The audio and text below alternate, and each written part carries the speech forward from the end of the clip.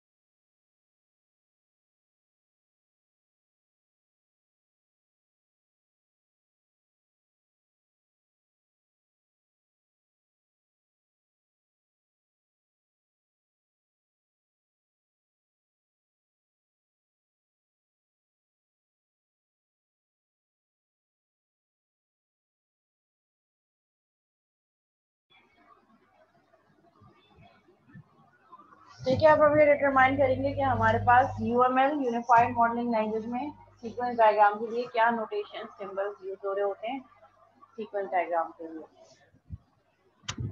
ठीक है, each object है also has its lifeline represented by a dash line below the object. ठीक है, हर ऑब्जेक्ट को हम कैसे रिप्रेजेंट कर रहे हैं, उसकी लाइफलाइन को भी डिटरमाइन कर रहे हैं कि इस पूरी सीक्वेंस में उस ऑब्जेक्ट की लाइफलाइन कितनी है।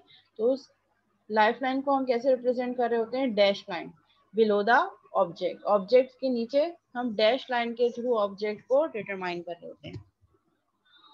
Message between the objects are represented by, जो हमारे पास मैसेजेस हैं जो ऑब्जेक्ट एक दूसरे को पास कर रहे होंगे उसको हम कैसे पास कर रहे शो कर रहे होते हैं, arrows that point from the client sender of the message to the supplier receiver of the messages. ठीक है, कि कहाँ के सेंड से ये हमारे पास मैसेजेस हैं, कि ये मेरे पास सेंडर एंड है, जो ये ऑब्जेक्ट है जो मैसेज सेंड कर रहा है नेक्स्ट ऑब्जेक्ट को जो कि दूसरी क्लास का है। जैसे यहाँ पे हमारे पास एक क्लास है ए जिसका एक मेरे पास एक अननेम्ड ऑब्जेक्ट है, और फिर यहाँ पे मेरे पास दूसरी क्लास है बी जिसका मेरे पास नेम्ड ऑब्जेक्ट है माई बी। तो यहाँ पे हमारे पास क्या हो रहा है, यहाँ पे हमारे पास ए क्लास का एक अननेम्ड ऑब्जेक्ट क्या कर रहा है, मैसेज के थ्रू कम्युनिकेट कर रहा है किससे, क्लास बी के एक ऑब्जेक्ट से, और वो मैसेज कहाँ पास हुआ है, ए क्लास से बी क्लास में। So that is the message. A found message whose sender will not be specified, और इसका हमने सेंडर को भी स्पेसिफाई नहीं किया। Execution specification bar indicate focus of control, और ये बार हमें क्या बता रहे हैं, फोकस, कि यहाँ से यहाँ मैसेज आ रहा है।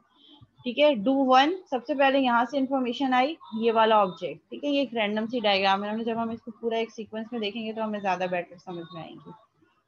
ठीक है, तो ये क्या है, ये हमारे पास ऑब्जेक्ट नेम्स है और ये हमारे पास क्लास के नेम है, और इन ऑब्जेक्ट की लाइफ लाइन हम ये किस तरीके से शो कर रहे हैं, ये डैश लाइन, इस ऑब्जेक्ट की लाइफ लाइन यहाँ तक है। ठीक है, और ये बार हमें क्या रिप्रेजेंट कर रहे हैं, फोकस ऑफ कंट्रोल, कि अभी कंट्रोल हमारे पास कहाँ है, कहाँ से कहाँ कंट्रोल मूव हो रहा है।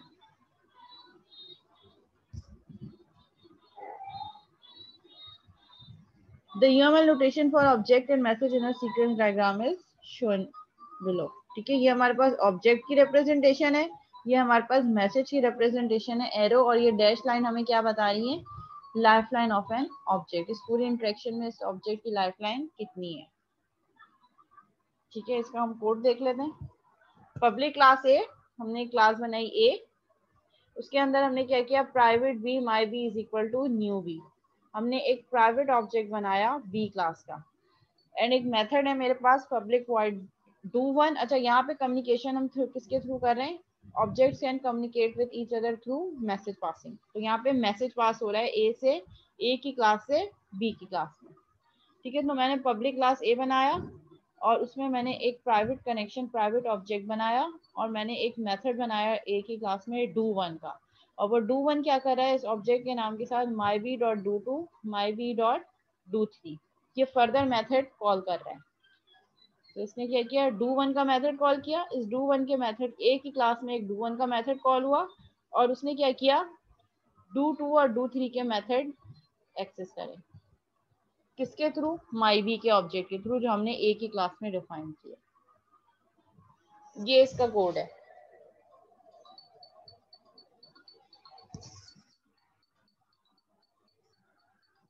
जी क्लास, यहाँ तक कोई क्यूरी, कोई सवाल? इसको फर्दर देख लेते हैं, इसके फिर हम सिनेरियो एग्जाम्पल भी देखते हैं। यहाँ तक समझ में आ गया कि सीक्वेंस डायग्राम में हम ऑब्जेक्ट्स और ऑब्जेक्ट के बीच में इंटरेक्शन थ्रू मैसेजेस किस तरीके से शो करवा रहे होते हैं।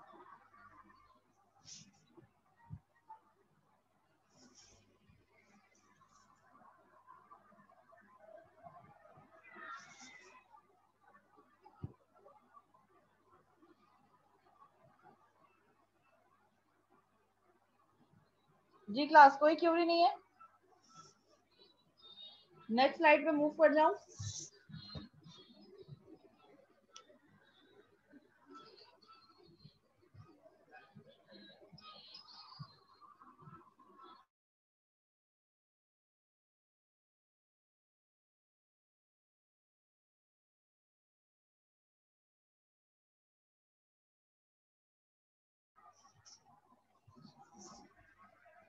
जी क्लास, आवाज आ रही है आपको, आप लोगों को मेरी? Hello?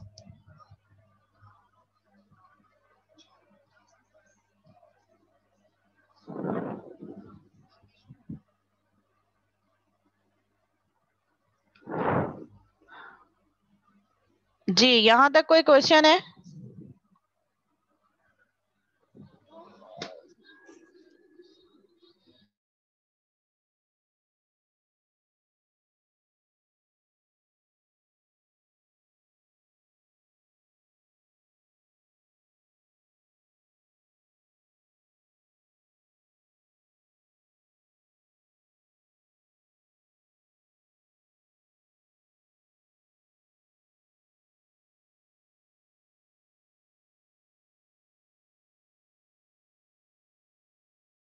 Basically, method calling is just simply an interaction between object of two classes. दो क्लासेस के बीच में, हम दो क्लासेस के बीच में अगर हम जनरल की बात करें ऑब्जेक्ट ओरिएंटेड प्रोग्रामिंग में, तो ऑब्जेक्ट ओरिएंटेड प्रोग्रामिंग में जब आपने पढ़ी होगी ऊक, तो उसमें आपने कैसे काम किया होगा? दो अलग अलग क्लासेस हैं और हर क्लास में जाहिर है हम मेथड्स बनाते हैं, फंक्शनैलिटी थ्रू मेथड होती है। तो अगर एक क्लास से मैंने दूसरी क्लास का ऑब्जेक्ट मेथड कॉल करना हो तो कैसे एक्सेस करेंगे हम? पहले उस क्लास का ऑब्जेक्ट बनेगा। लेट से मेरे पास एक क्लास है स्टूडेंट की और मेरे पास एक क्लास है कोर्स की, दो अलग अलग क्लासेस हैं और स्टूडेंट के भी कुछ मेथड्स हैं और कोर्स के भी कुछ मेथड हैं। लेट से अब स्टूडेंट चाह रहे हैं कि वो कोर्स की क्लास के जो है वो कोर्स आउटलाइन व्यू कर सके या जो है वो मार्केट डिस्ट्रीब्यूशन देख सके। ठीक है, तो उसको क्या करेगा इस सिनेरियो में? जी, कैसे करेंगे आप? एक स्टूडेंट की क्लास है, एक कोर्स की क्लास है, कोर्स की क्लास में मार्क्स डिस्ट्रीब्यूशन की मेथड्स हैं और उसके अलावा कोर्स आउटलाइन है कि कोर्स की क्राइटेरिया क्या है, वो सब चीज़ें, और एक स्टूडेंट की क्लास है ना। स्टूडेंट की क्लास का एक ऑब्जेक्ट स्टूडेंट की क्लास का जो है वो मेथड एक्सेस करना चाह रहा है, मार्क्स डिस्ट्रीब्यूशन, तो कैसे करेंगे? पहले आप ऑब्जेक्ट बनाएंगे कोर्स की क्लास का और उस ऑब्जेक्ट के नाम के साथ उसके मेथड को एक्सेस कर सकेंगे। तो स्टूडेंट किस क्लास का है? स्टूडेंट की क्लास का। तो उसकी क्लास के अंदर आप ऑब्जेक्ट बनाएंगे कोर्स की क्लास का और मेथड के थ्रू, क्योंकि इंटरेक्शन तो होती है मेथड के थ्रू है, तो एक मेथड के थ्रू ही आप दूसरे मेथड को कॉल करवा सकते हैं। तो बेसिकली हम ये बता रहे हैं कि एक क्लास का एक ऑब्जेक्ट दूसरी क्लास के दूसरे मेथड्स को कैसे एक्सेस कर सकता है, कम्युनिकेट कर सकता है ऑब्जेक्ट से।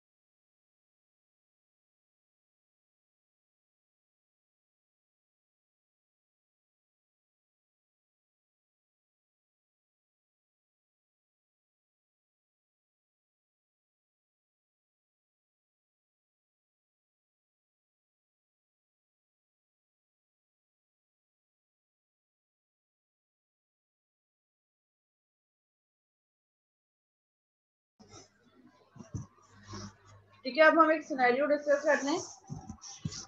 सिनेरियो क्या है, हम एक सीक्वेंस डायग्राम बना रहे हैं, मेक पेमेंट। ठीक है, पेमेंट करनी है और उसके लिए हम सीक्वेंस डायग्राम बना रहे हैं।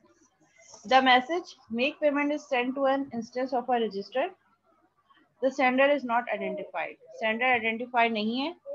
The registered instance sends a make payment message to a sale instance. The sale instance create an instance of a payment, जिसके थ्रू पेमेंट हो जाएगी। ठीक है, तो यहाँ पे हमारे पास मेक पेमेंट का मेथड कॉल हुआ है जो कि कैश के थ्रू हुआ है। ठीक है, आपने कैश दिया और मेक पेमेंट का मेथड कॉल कर दिया रजिस्टर के पास। वो रजिस्टर की क्लास क्या करेगी, इसकी लाइफलाइन यहाँ तक है, वो क्या करेगी, मेक पेमेंट का मेथड और कैश सेल की क्लास को आगे फॉरवर्ड कर देगी। ठीक है, और वो सेल क्या करेगा, क्रिएट कैश स्टैंडर्ड, जो आपके पास ट्रांजेक्शन है वो ट्रांजेक्शन परफॉर्म करेगा और उसके बाद आपकी पेमेंट की क्लास को कॉल कर देगा, जिसमें सारे पेमेंट के मेथड्स मॉड्यूल्स वगैरह कॉल होंगे। और ये इस टाइमली मैनर में हो रहा है। Timely manner means sequence of activity. Make payment का मेथड कॉल हुआ रजिस्टर की क्लास के लिए, फिर रजिस्टर की क्लास क्या करेगी, सेल की क्लास के मेक पेमेंट को मेथड को कॉल करेगी, जिसमें कैश आगे फॉरवर्ड कर देगी, दैट इज द कैश जिसके थ्रू पेमेंट करनी है। और सेल की क्लास क्या कर देगी, पेमेंट की क्लास को फर्दर मेथड फॉरवर्ड कर देगी कि जो पेमेंट है उसको क्रिएट करो, और हो सकता है पेमेंट की क्लास फिर आगे क्या करे, पूरा बिल जनरेट कर देगी, that was the payment, that was the सारे जो है हमारे पास ऑब्जेक्ट्स थे जिनकी बेसिस पे ये इनकी कॉस्ट थी, ये क्वांटिटी थी जिसकी बेसिस पे ये टोटल पेमेंट आती है। तो ये सीक्वेंस डायग्राम, इस सीक्वेंस में हमें ऑब्जेक्ट्स और क्लासेस की रिलेशनशिप बता रही है कि किस तरह एक मेथड पास होगा और वो मेथड डिफरेंट ऑब्जेक्ट्स और क्लासेस को जो है वो, क्योंकि मेथड तो एक ही है ना, मेक पेमेंट। मेक पेमेंट का मेथड कॉल हुआ और मेक पेमेंट का मेथड जो है वो रजिस्टर की क्लास पे गया। रजिस्टर की क्लास ने वही मेक पेमेंट का मेथड जो है वो किसको कॉल कर दिया, सेल की क्लास को। ठीक है, like this public class sale, sale की क्लास है मेरे पास, जिसमें मेरे पास क्या है, एक प्राइवेट पेमेंट यहाँ पे मैंने क्या कॉल किया है, रेफरेंस, पेमेंट की क्लास का एक रेफरेंस क्रिएट किया है। और पब्लिक वाइड मेक पेमेंट में मैंने क्या किया, money cash standard payment is equal to new payment cash standard, यानी कि जो आपके पास पेमेंट आई है वही पेमेंट न्यू पेमेंट के मेथड को कॉल कर दो।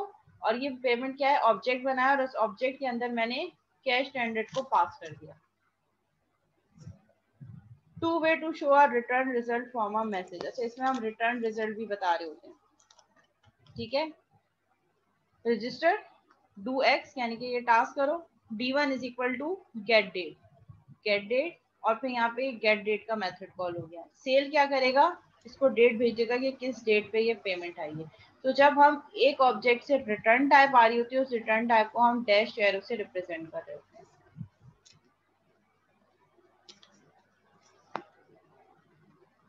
ये जो ऊपर वाली हमने एग्जांपल देखी, इसका कोड ये है। मेरे पास सेल की क्लास है जिसमें मैंने रेफरेंस क्रिएट किया पेमेंट की क्लास का, और मैंने एक मेक पेमेंट का मेथड है सेल की क्लास का, जिसमें मैंने ऑब्जेक्ट बनाया पेमेंट की क्लास का, और उस ऑब्जेक्ट में मैंने ये कैश जो है जो यहाँ इस मेक पेमेंट पे इनपुट आ रहा है उसको एज एन इनपुट पास कर दिया, जैसे यहाँ पे हो रहा है। ये जो कैश आ रहा था उस कैश को ही मैंने उस ऑब्जेक्ट में पास कर दिया जो पेमेंट के ऑब्जेक्ट में जा रहा होगा, जिसके थ्रू पूरी प्रोसेसिंग होगी। और सेल के पास वो इन्फॉर्मेशन कहाँ से आ रही होगी, रजिस्टर की क्लास के थ्रू। तो रजिस्टर की क्लास में सेल का ऑब्जेक्ट बनेगा और सेल के ऑब्जेक्ट के अंदर ही हम मेक पेमेंट का मेथड कॉल करेंगे सेल की क्लास का, जिसमें ये वाला हमारे पास इंफॉर्मेशन आ रही होगी, मनी कैश स्टैंडर्ड ये वाली। और ये कहाँ से आ रही होगी, जब रजिस्टर की क्लास में मैंने मेक पेमेंट को एक्सेस किया होगा सेल के लिए।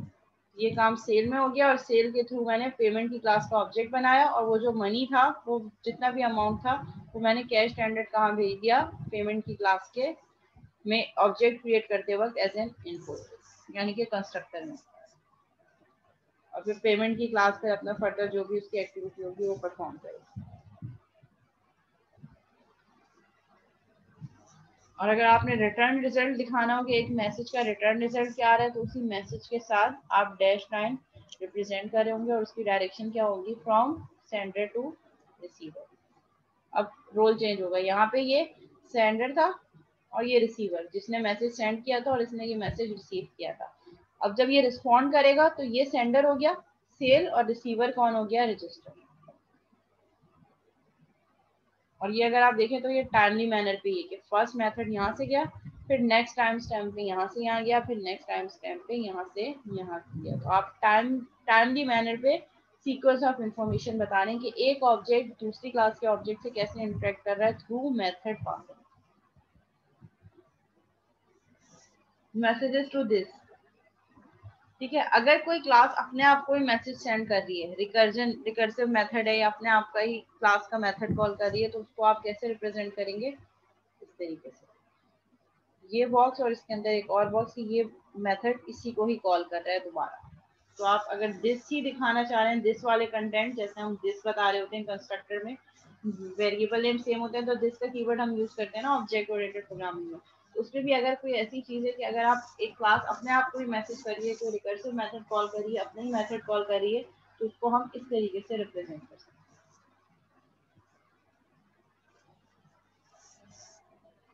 Instance creation and object lifelines, ठीक है। इंस्टेंस की क्रिएशन और ऑब्जेक्ट की लाइफलाइन हम किस तरीके से रिप्रेजेंट कर रहे होते हैं? इस बॉक्स के थ्रू, ठीक है। ये मेरे पास एक क्लास है, सेल की एक क्लास है और पेमेंट की एक क्लास है। Note that newly created objects are placed at their creation height, ठीक है। जो भी ऑब्जेक्ट बनते जाएंगे वो कहाँ होंगे? अपनी क्रिएशन के वक्त वहीं प्लेस करेंगे और उसकी हाइट भी उसी के अकॉर्डिंगली होगी, ठीक है। मेक पेमेंट गया कैश स्टैंडर्ड यहाँ पे।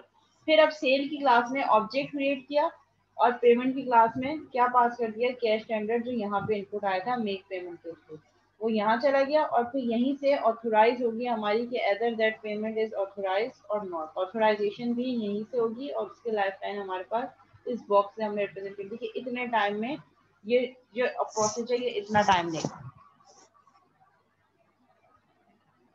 ऑब्जेक्ट डिस्ट्रक्शन, अच्छा आगे जाके आपने कहीं ऑब्जेक्ट को डिस्ट्रक्शन करना है कि अब ये ऑब्जेक्ट आगे जाके डिस्ट्रॉय हो रहा है, तो उसके लिए आप स्टेरियोटाइप यूज करेंगे डिस्ट्रॉय, और ये एक एक्स बॉक्स के। अब ये ऑब्जेक्ट यहाँ पे जाके एंड हो गया। The destroy stereotype message with the large X and short lifeline indicates explicit object destruction। अगर आप explicitly बताना चाह रहे हैं कि ये ऑब्जेक्ट यहाँ पे जाके अब डेड हो गया, एंड हो गया, इसकी फर्दर यूसेज नहीं है, तो आप ये इस तरीके से क्रॉस और यहाँ पे ये डिस्ट्रॉय की स्टेरियोटाइप भी बता सकते हैं।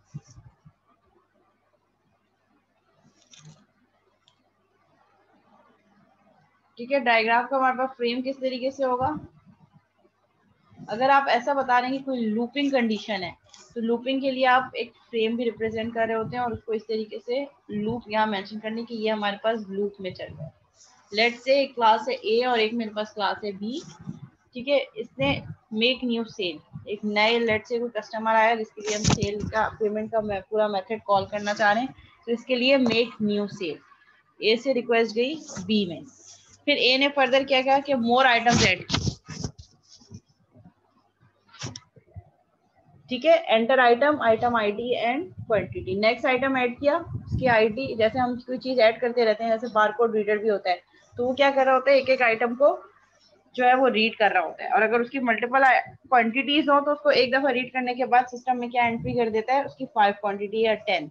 तो ये वही चीज हमें डिस्क्राइब कर रहा है कि अगर हम एक ही चीज लूप में कर रहे हो तो हम लूप को रिप्रेजेंट कर सकते हैं इस फ्रेम के थ्रू, और उसमें हम लूप मेंशन करते हैं। ये बूलियन गार्ड कंडीशन, इस तरीके से लूप, नया आइटम ऐड किया, उसी एक सेल का काम हो रहा है। ये एक ही ऑब्जेक्ट के लिए, लेट से एक ही ऑब्जेक्ट है जो मल्टीपल आइटम्स जो है वो सिलेक्ट कर रहा है और उसकी पेमेंट करनी है उसने, तो उसके लिए हम क्या कर रहे हैं? उसके लिए यहाँ पे लूप चला रहे हैं।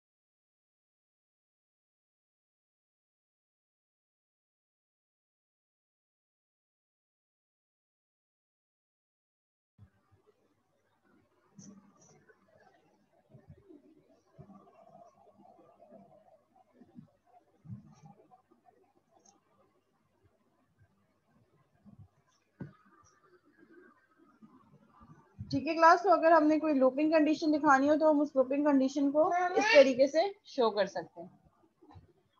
ठीक है, गार्ड कंडीशन, और यहाँ पे हम क्या मेंशन कर देंगे, लूप। कोई एक सीक्वेंस अगर बार बार परफॉर्म हो रही हो, यानी कि एक ही मेथड बार बार कॉल हो रहा हो एक ऑब्जेक्ट से दूसरे ऑब्जेक्ट में, तो हम उसको लूप के थ्रू रिप्रेजेंट कर सकते हैं।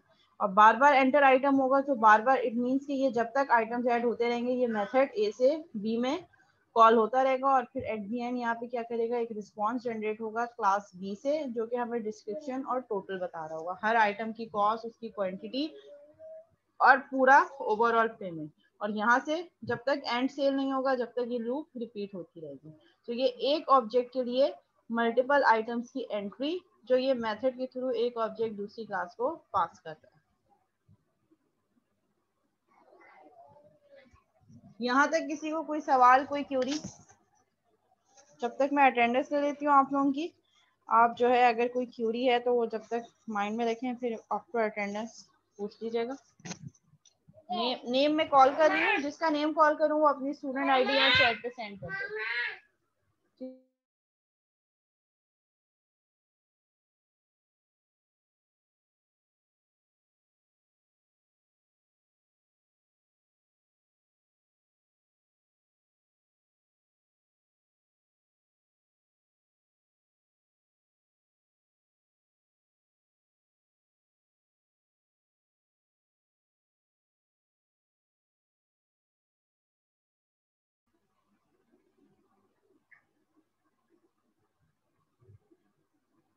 Shahzeb Azhar,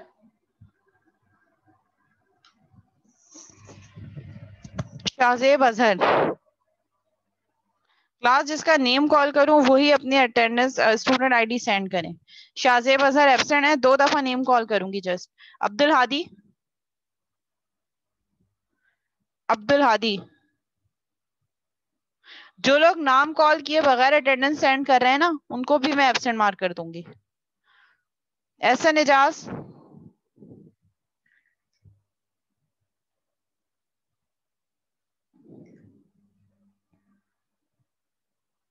Ramish Ahmed, Linus Dominic, Mohammad Yasin, Mohammad Yasin absent. Malik Adnan Mohammad, Malik Adnan Mohammad absent. Syed Abdul Haseeb present. Zeeshan Ali, Zeeshan Ali absent. Tahir Hussain,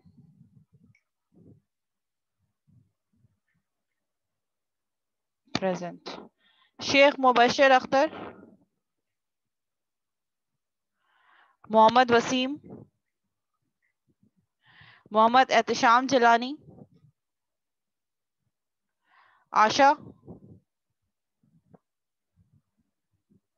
Iram Nazar, Talha Khan, Palwasha Ramzan,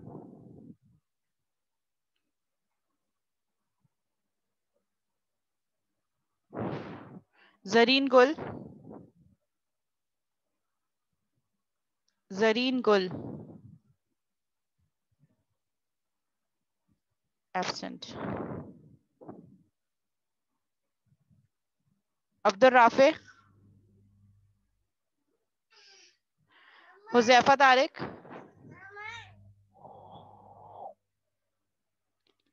Huzaifa Tariq,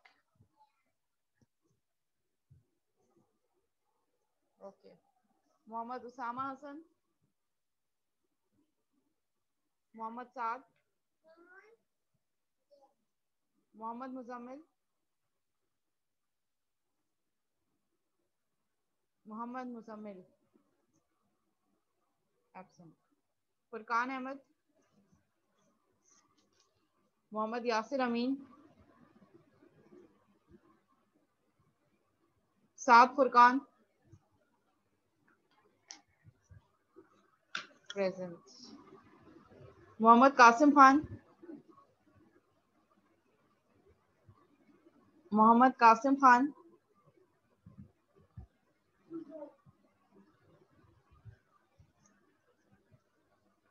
absent है मोहम्मद कासिम। मोहम्मद आहद, ओके। मोहम्मद उसामा अशरफ, ओके। मलिहा खान, मोहम्मद बिलाल, मियां सुहेब अहमद, साहिल, साहिल, अच्छा। नेहा आसिफ, फवाद महमूद, असगर,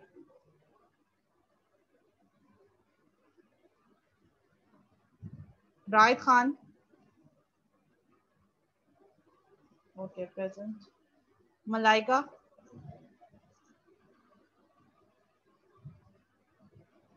मलाइका एब्सेंट। अब्दुल वहाब,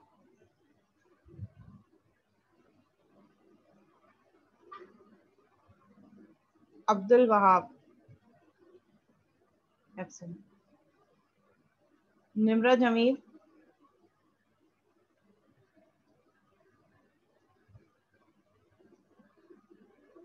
अरीश असलम, गुफरान, उसामा रहमान, मुबीन खालिद, मोइस मजहर,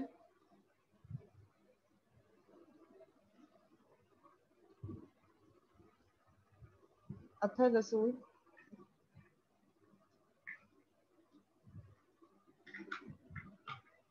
Hamza Abid, okay class. Anyone else जिसका नेम मिस है?